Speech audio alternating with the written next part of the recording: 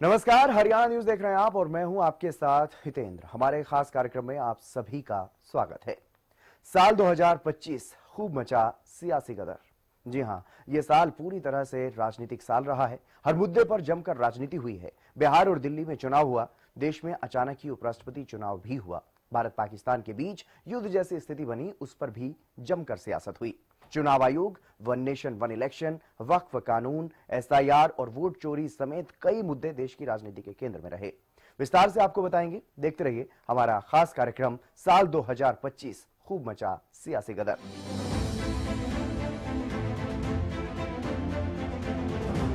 सबसे पहले बात करते हैं देश की राजधानी दिल्ली और बिहार चुनाव को लेकर।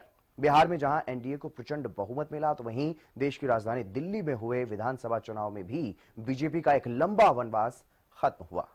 दोनों राज्यों के चुनाव कितने अहम साबित हुए हैं, इस रिपोर्ट में आप देखिए।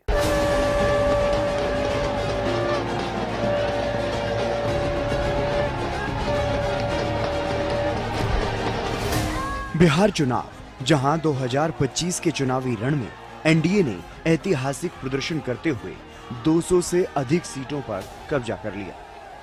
बीजेपी और जेडीयू का तालमेल एक बार फिर से वोटरों को रास आया और नीतीश कुमार ने एक बार फिर अपनी राजनीतिक उपयोगिता साबित की। इस जीत ने न सिर्फ एनडीए का मनोबल बढ़ाया, बल्कि विपक्ष को पूरी तरह से निराश कर दिया।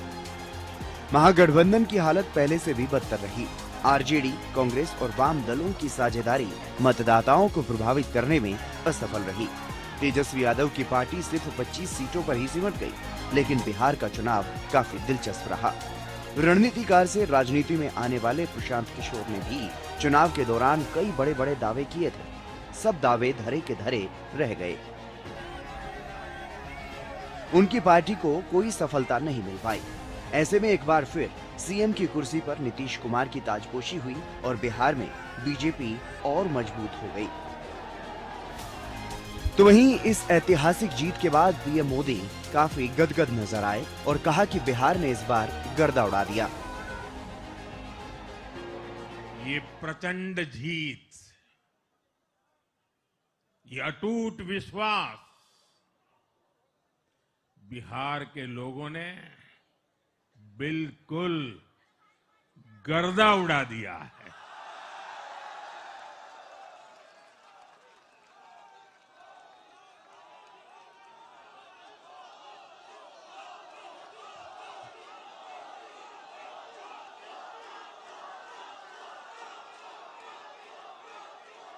आज बिहार के घर घर में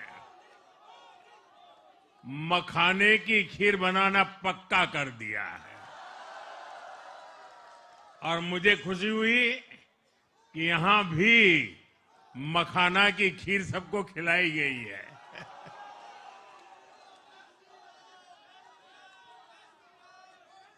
हम एनडीए के लोग, हम तो जनता जनार्दन के सेवक है। हम अपनी मेहनत से जनता का दिल खुश करते रहते हैं और हम तो जनता जनार्दन का दिल चुरा कर बैठे हुए हैं। और इसलिए पूरा ये बिहार ने आज बता दिया है, फिर एक बार एनडीए सरकार, फिर एक बार, फिर एक बार, फिर एक बार।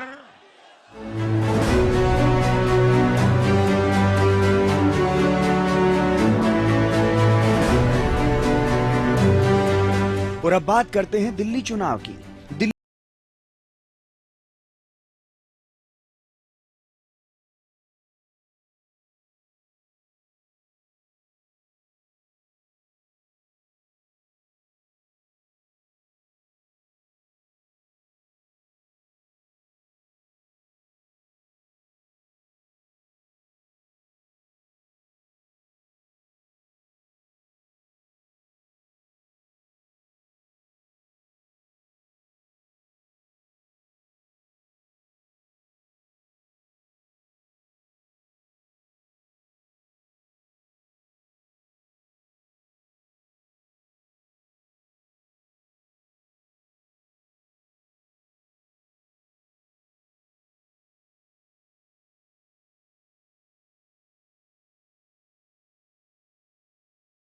और अब बात करते हैं देश की राजनीति में हुए एक बड़े घटनाक्रम की। चलते संसद सत्र में उपराष्ट्रपति पद से अचानक ही जगदीप धनखड़ का इस्तीफा हुआ। उसके बाद देश में उपराष्ट्रपति चुनाव भी हुए और देश के दूसरे सबसे बड़े पद पर बैठे सीवी राधाकृष्णन। लेकिन इस राजनीतिक घटनाक्रम को लेकर विपक्ष ने खूब सवाल उठाए। सत्ता पक्ष की तरफ से भी तमाम बातें कही गई। उपराष्ट्रपति पद से इस्तीफा देने के बाद इशारों इशारों में खुद जगदीप धनखड़ ने भी काफी कुछ कहा।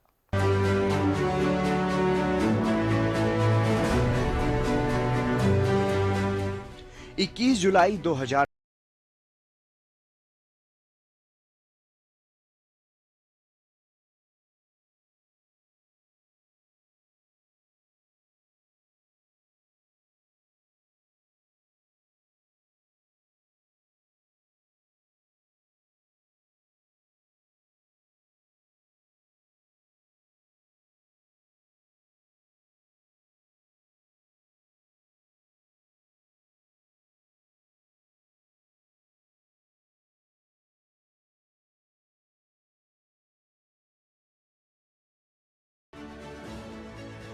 Where is the old vice president gone?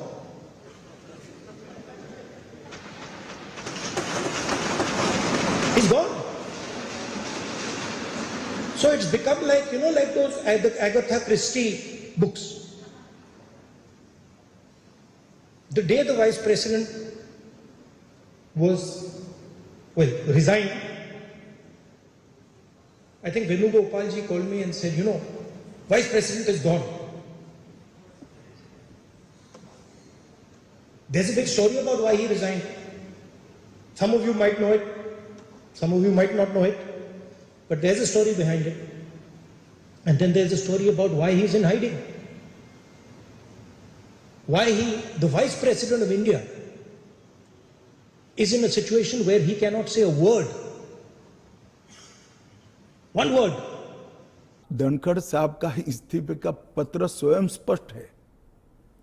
इन्होंने अपने आरोग्य का हवाला देते हुए इस्तीफा दिया है, स्वास्थ्य का हवाला देते हुए, और उन्होंने सरकार के मंत्री, प्रधानमंत्री और सभी सदस्यों का हृदय से उनके अच्छे कार्यकाल के लिए धन्यवाद किया है। कि मैं बात का बतंकड़ नहीं बनाना चाहिए। धनखड़ जी संवैधानिक पद पर बैठे, अपने कार्यकाल में उन्होंने संविधान के हिसाब से अच्छा काम किया जी। इनकी निजी स्वास्थ्य की समस्या के कारण इन्होंने इस्तीफा दिया है। हाँ। इसको ज्यादा खींचकर कुछ ढूंढने का प्रयास नहीं करना चाहिए। देखिए, देश में बहुत सारी पॉजिटिव स्टोरीज हैं। धनखड़ के इस्तीफे के साथ ही देश का दूसरा सर्वोच्च संवैधानिक पद खाली हो गया था।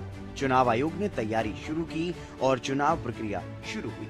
बीजेपी उम्मीदवार सीवी राधाकृष्णन देश के नए उपराष्ट्रपति चुने गए। राष्ट्रपति द्रौपदी मुर्मू ने सीपी राधाकृष्णन को देश के 15वें उपराष्ट्रपति के पद की शपथ दिलाई। समारोह में पूर्व उपराष्ट्रपति जगदीप धनखड़ भी पहुंचे थे। I, Chandraviram Ponnusamy Radhakrishnan, do swear in the name of God do swear in the name of God that I will bear true faith and allegiance that I will bear true faith and allegiance to the Constitution of India to the Constitution of India as by law established, as by law established, and that I will faithfully discharge the duty and that I will faithfully discharge the duty upon which I am about to enter. Congratulations.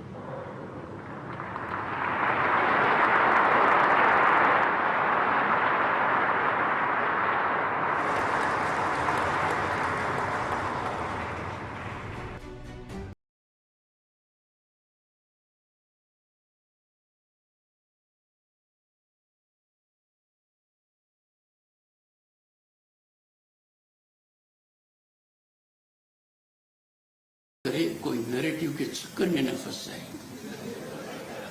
इस चक्करियों में कोई फंस गया तो निकलना बड़ा मुश्किल है।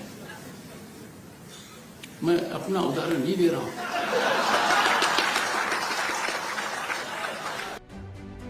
भले ही पूर्व उपराष्ट्रपति जगदीप धनखड़ ने इशारों में अपनी बात कह दी हो, लेकिन अभी भी उनका इस्तीफा एक रहस्य ही बना हुआ है। सियासी गलियारों में कई तरह के कयास हैं। क्या सही क्या गलत, ये तो तभी साफ हो सकता है जब जगदीप धनखड़ इस बारे में खुलकर बात करेंगे, कुछ कहेंगे। ऑपरेशन सिंदूर ऐसे भारतीय सेना का ऐसा ऑपरेशन जिसने सिर्फ भारत ही नहीं बल्कि अंतर्राष्ट्रीय राजनीति में भी हलचल मचा दी। अमेरिका के राष्ट्रपति डोनाल्ड ट्रंप ने यह दावा किया, उन्होंने भारत और पाकिस्तान के बीच युद्ध को रोका। ट्रंप के इस बयान में भारतीय राजनीति में नई जंग छिड़ गई और इसी बयान को लेकर के नेता विपक्ष राहुल गांधी ने प्रधानमंत्री नरेंद्र मोदी और केंद्र सरकार पर करारा हमला बोला। संसद में भी बहस हुई, पीएम मोदी को खुद जवाब देना पड़ा।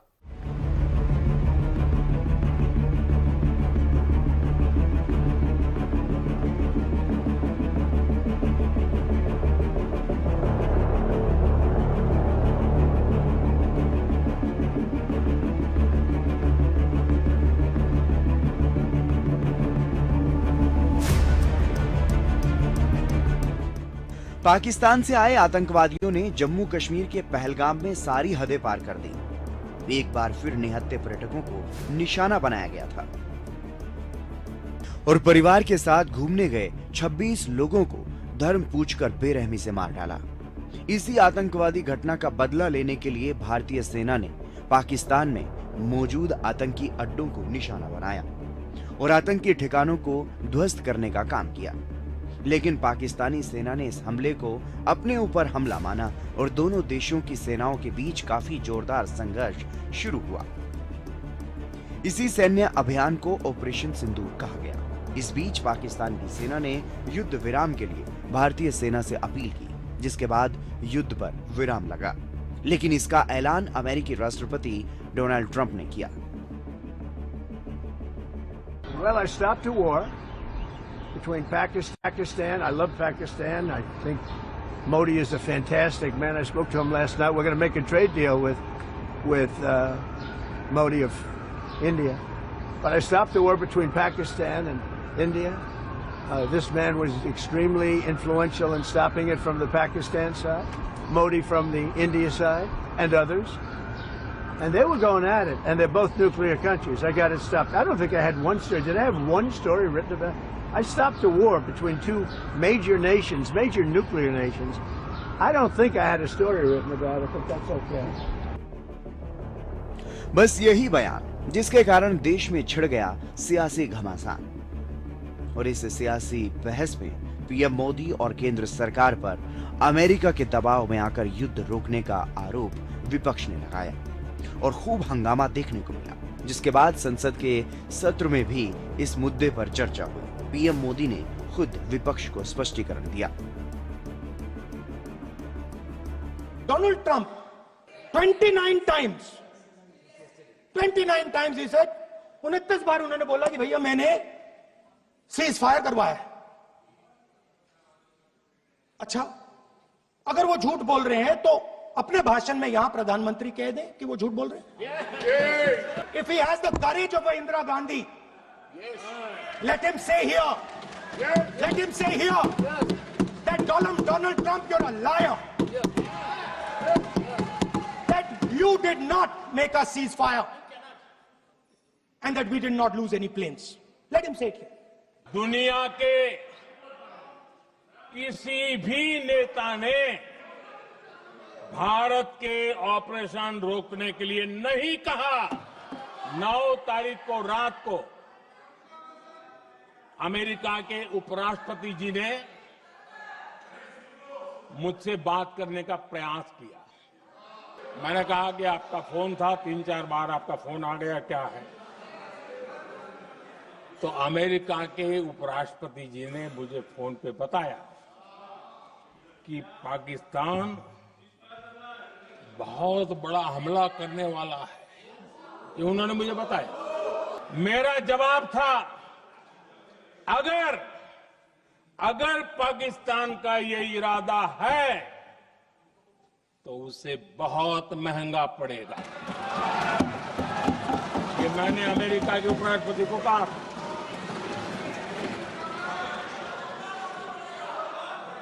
अगर पाकिस्तान हमला करेगा तो हम बड़ा हमला कर करके जवाब देंगे।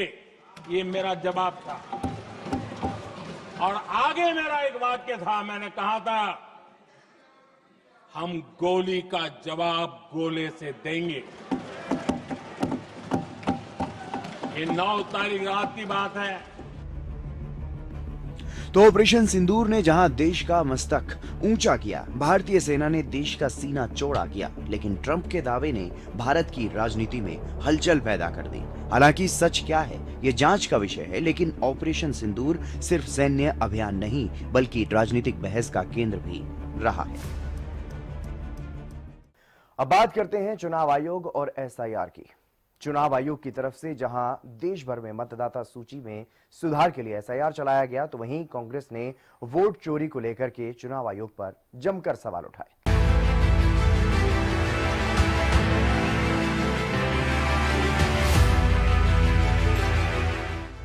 एसआईआर और वोट चोरी का मुद्दा इस साल एक बड़ा सियासी मुद्दा रहा। एसआईआर के नाम पर वोट काटने का आरोप लगाया गया, तो वहीं अलग अलग राज्यों की वोटर लिस्ट को लेकर कांग्रेस सांसद राहुल गांधी ने बैक टू बैक कई प्रेस कॉन्फ्रेंस की और चुनाव आयोग पर धांधली का आरोप भी लगाया। हरियाणा चुनाव के नतीजों को लेकर के भी सवाल खड़े किए गए और चुनाव चोरी करने का आरोप चुनाव आयोग और बीजेपी पर लगाया गया। Huge numbers of these people. So here is the vyavastha the gentleman was talking about. The Brazilian model to create space, put her name, allow anybody to vote. So you can understand that there was no election in Haryana. There was a theft in Haryana. And it's very clear who is responsible for the theft. हालांकि चुनाव आयोग की तरफ से इस मामले में 1-2 बार सफाई दी गई और राहुल गांधी से शपथ पत्र मांगा गया, लेकिन मामला शांत नहीं हुआ और अंत में संसद के शीतकालीन सत्र में भी ये मुद्दा जोरों शोरों से उठा। चुनाव सुधार पर चर्चा के दौरान नेता विपक्ष राहुल गांधी ने सरकार और चुनाव आयोग पर जमकर सवाल उठाए, तो केंद्रीय मंत्री अमित शाह ने भी जोरदार तरीके से पलटवार किया। बोले आप बोले। स्पीकर सर, मेरा कल एक सवाल था जो हिंदुस्तान के इतिहास में पहली बार डिसीजन लिया गया कि इलेक्शन कमिश्नर्स को फुल फुल इम्यूनिटी दी जाएगी। ठीक है, ये है ना, इसका जवाब इसका पीठ में खत्म नहीं किया सर। इसके पीछे जो थिंकिंग थी वो हमें सबसे पहले बताएं। ठीक है। दूसरी बात, नहीं हरियाणा की जहां इन्होंने बात की, इन्होंने एक उदाहरण लिया, वहां पर अनेक उदाहरण हैं। वो भी आपने दिया था ना, 19 वो भी आपने दिया था, इसलिए दिया वो भी। 19 लाख वहां पे फेक लोग वो उदाहरण आपने दिया था, इसलिए उसका जवाब दिया। और ये भी हमें बता दीजिए, actually let us have a debate on my press conference. Let us go, let us have very good idea, let us have a debate on my press conference. Amit Shah ji, I challenge you to have a debate on the 3 press conferences. विपक्ष के नेता महोदय कहते हैं कि पहले मेरी बात का आप जवाब दीजिए, मैं सुनना चाहता हूं। आपकी मुंसफी से संसद नहीं चलेगी, मेरे आप बोलने का क्रम मैं तय करूंगा, इस तरह से नहीं चलेगी संसद। मान्यवर, उनको धैर्य रखना चाहिए, उनको धैर्य रखना चाहिए मेरा जवाब सुनने का। इनकी एक एक बात का जवाब मैं दूंगा, मगर मेरे भाषण का क्रम वो तय नहीं कर सकते, मैं करूंगा, क्योंकि मैं बोल रहा हूं। कल वो बोल रहे तो हम ऐसा थोड़ी ना बोले आप झूठ क्यों बोल रहे हो, हम नहीं बोल सकते साहब। वो माननीय विपक्ष के नेता है, वो बोल सकते अपना भाषण। मान्यवर, और मैंने तो ये भी कहा मेरा पूरा भाषण छूट कर कुछ बच जाता है तो आप पूछिएगा, मैं जवाब दूंगा, मगर अब धैर्य भी चाहिए और सुनना भी चाहिए, दोनों चीजें करनी पड़ती। हालांकि चर्चा के दौरान संसद में काफी हंगामा भी हुआ और केंद्रीय गृह मंत्री अमित शाह जिस दौरान जवाब दे रहे थे उस दौरान विपक्ष ने वॉकआउट कर दिया। बहरहाल वोट चोरी का मुद्दा अभी भी खत्म नहीं हुआ है। अब अंत में बात करते हैं वन नेशन वन इलेक्शन और वक्फ बोर्ड की। ये 2 महत्वपूर्ण मुद्दे जिस पर खूब सियासी हंगामा हुआ, सदन के भीतर भी और बाहर भी। इनमें से वक्फ बोर्ड का संशोधित कानून पास करवाने में सरकार सफल रही, तो वहीं वन नेशन वन इलेक्शन का क्या हुआ, इस रिपोर्ट में आप देखिए।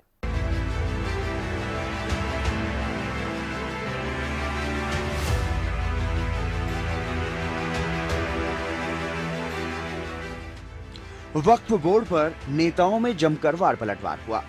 संसद के भीतर और संसद के बाहर काफी हंगामा देखने को मिला। यहाँ तक कि सांसद ओवैसी ने कानून की कॉपी को ही फाड़ दिया, जिसके बाद केंद्रीय गृह मंत्री अमित शाह ने साफ किया कि सबको ये कानून मानना पड़ेगा। इस पर सदन में जमकर बहस हुई। सर, अगर आप हिस्ट्री को पढ़ेंगे तो महात्मा गांधी उस वक्त के व्हाइट अफ्रीका में सफेद फार्म अफ्रीका के कानून को महात्मा गांधी ने कहा था कि ये मेरा कॉन्शियंस उसको मानता नहीं है, मैं इस कानून को कबूल नहीं करता हूं। तो महात्मा गांधी ने क्या किया, उन्होंने उस कानून को फाड़ दिया। तो मैं गांधी की तरह इस कानून को फाड़ता हूं। ये अनकॉन्स्टिट्यूशनल है सर। इस देश में झगड़े पैदा करने का काम बीजेपी करना चाहती है मस्जिद और मंदिर के नाम पर, इसीलिए मैं इसका कंडेम करता हूं। अध्यक्ष महोदय, जो बात सोशल मीडिया या और जगह गुपचुप हो रही है, कहीं ऐसा तो नहीं था कि अभी कुछ दिन पहले यात्रा जो हुई है वो कहीं 75 वर्ष की एक्सटेंशन वाली यात्रा तो नहीं थी? अध्यक्ष महोदय, ये जो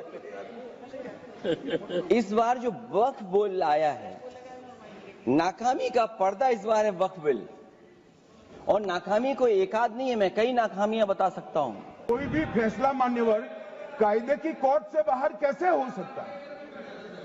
कोई भी फैसला हो, ये देश की अदालत वो फैसले तक रुचि नहीं रखेगी। नागरिक ग्रीवेंसेस लेकर कहां जाएंगे? जिसकी भूमि हड़प कर ली गई वो कहां जाएगा? ऐसा नहीं चलेगा। आपकी वोट बैंक के लिए आपने किया था, हम खारिज कर रहे हैं, हम खारिज कर रहे हैं। ऐसा नहीं चलेगा। अदालत में जाइए, जिसको ग्रीवेंसेस है इधर और साइड से, और अदालत न्याय करेगी। न्याय के लिए तो अदालतें बनी है। और मान्यवर, यहां एक सदस्य ने तो कह दिया माइनॉरिटी इस कानून को स्वीकार नहीं करेगी। क्या धमकाना चाहते हो भाई? संसद का कानून है, सबको स्वीकार करना पड़ेगा।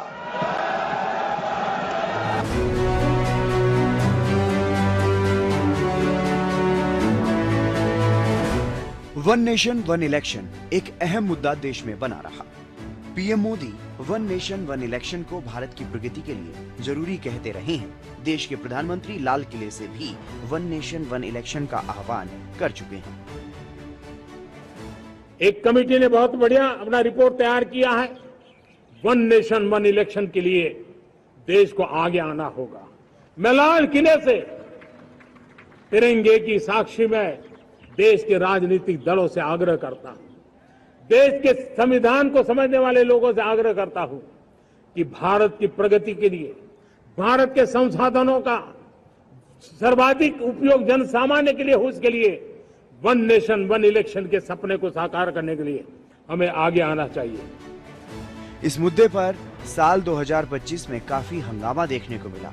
कांग्रेस ने वन नेशन वन इलेक्शन को मुद्दों से भटकाने का भाजपाई मुद्दा बताया। ये देखिए, ये प्रैक्टिकल नहीं है और ये चलने वाला नहीं है। ये सिर्फ चुनाव जब आते कोई ना कोई कुछ मुद्दा नहीं मिल रहा उनको, ऐसी चीजें बात करने के लिए, इश्यू को डाइवर्ट करने के लिए वो बात करते हैं, और इसीलिए और पूरे देश के लोग कोई मानने वाले भी नहीं हैं। तो वहीं सदन में जब ये मुद्दा उठा, रिपोर्ट पेश की गई, तो बहस के बाद मामला जेपीसी को सौंप दिया गया था। इसको जेपीसी को देना चाहिए। इस पर विस्तृत चर्चा सभी स्तर पर होनी चाहिए।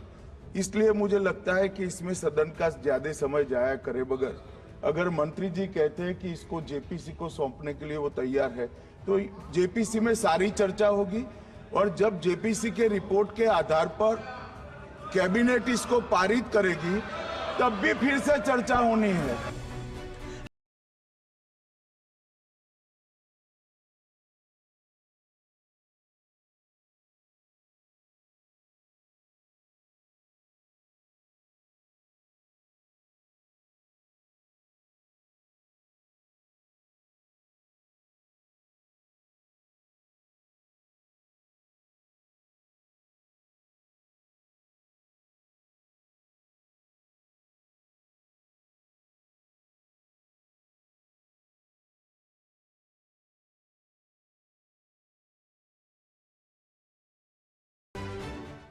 तो देश की राजनीति में कई बड़े घटनाक्रम हुए और कुछ घटनाक्रम तो ऐसे कि हमेशा हमेशा के लिए इतिहास में दर्ज हो गए हैं। चाहे उपराष्ट्रपति का इस्तीफा होना हो या फिर दिल्ली विधानसभा चुनाव में बीजेपी की सरकार बनना, ऑपरेशन सिंदूर पर सियासत और वोट चोरी का मुद्दा भी चर्चा का विषय रहा। बहरहाल इस खास कार्यक्रम में बस इतना ही। आप सभी को नए साल की ढेरों शुभकामनाएं। आप देखते रहिए हरियाणा न्यूज।